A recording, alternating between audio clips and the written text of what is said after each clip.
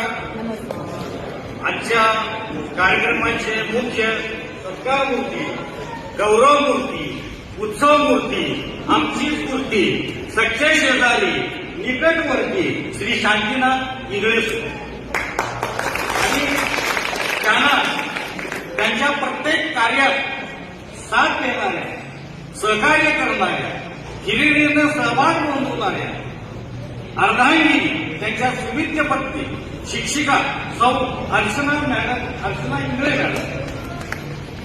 गडगडाट गडगडाट थडथडाट चमचमाट व्हावा नभाचा, गडगडाट गडगडाट थडथडाट चमचमाट व्हावा नभाचा, आभाळ भरून कोटी कोटी वर्षा व्हावा यांच्यावर शुभेच्छांचा आणि सदिच्छांचा. सर शांतीनाथ इंगळे त्यांचं नाव शांतीनाथ आहे. नावाप्रमाणे ते शांतीनाथच आहे, पण फक्त त्यांच्या नावात शांती नाही, त्यांच्या तनामनात, अनुरेणू, कणाकणात सर्वत्र त्यांची शांती भरलेली आहे.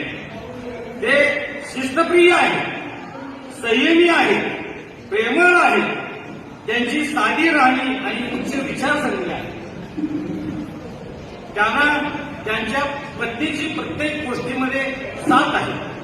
त्यांचंही प्रत्येक कार्यामध्ये ते त्यांना मदत करतात. कुठलंही कार्य असलं तर तनमनाने ते त्यांच्याशी एकरूप असतात. म्हणून पुढच्या काही दिवसामध्ये त्या जरी निवडणूक होत असल्या तरी त्यांचं पतीला प्रत्येक गोष्टीमध्ये सहकार्य करणं, साथ देणं हे चालूच आहे. शांतीनाथ हे नावाप्रमाणे नुसते शांती आहे असं नाही आहे, तर ते सुसंस्कारी आहे, सुविचारी आहे, सुस्वभावी आहे, सद्वर्तनीय आहे, स्वास्थ्यपत्नी आहे, सुभाषिणी आहे, भरपूर काही आहे. असे आमचे शेजारी शांतीनाथ इंगळे सर आहे.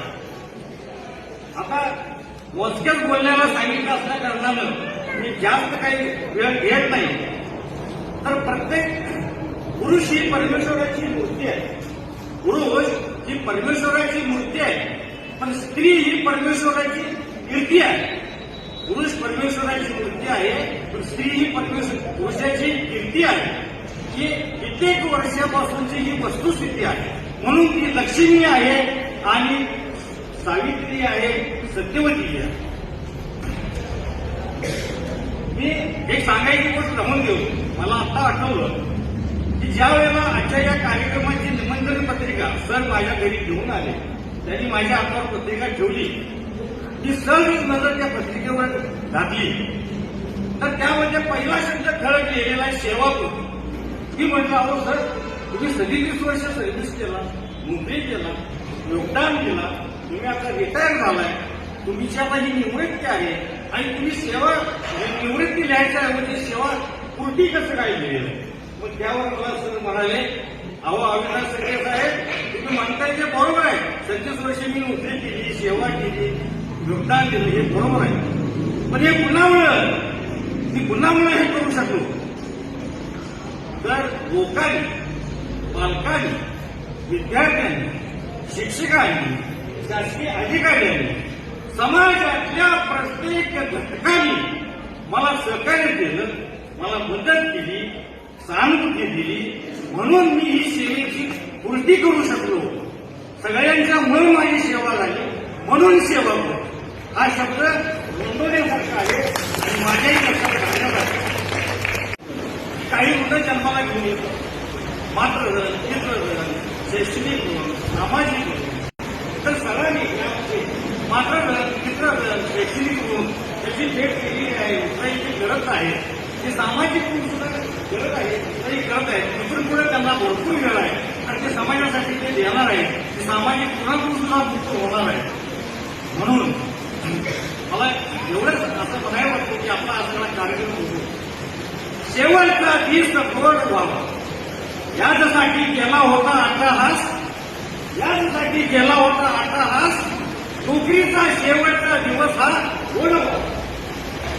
शेवटी समारोहाकडे येत असताना मी सगळ्यांना त्यांचं आयुष्य सुखाचं, समाधानाचं जावं, आनंदाचं जावं, चांगल्या बरोबरच जावं, त्याकडनं मी शुभेच्छा सदिच्छा देतोय, त्यांचं अभिनंदनही करतो आणि तिथल्या सर्वच मान्यवरांचं व्यासपीठासमोरील सर्वच लोकांचं एकदा मी अभिनंदन करतो आणि उत्तम सूत्रसंचालन करणारे आमचे गावातले प्राध्यापक सुनील चौधरी त्यांची सूत्रसंचालन उत्तम आहे, त्यामुळे त्यांचेही अभिनंदन करतो आणि तुमच्या सर्वांचे अभिनंदन करतो आणि समारंभाकडे येत असताना तुम्ही मला ऐकून घेतलं, सुशीलपणानं सहन केलं, म्हणून तुम्हाला सर्वांना धन्यवाद देतो आणि रजा घेतो. जय हिंद, जय भारत. धन्यवाद सर. यानंतर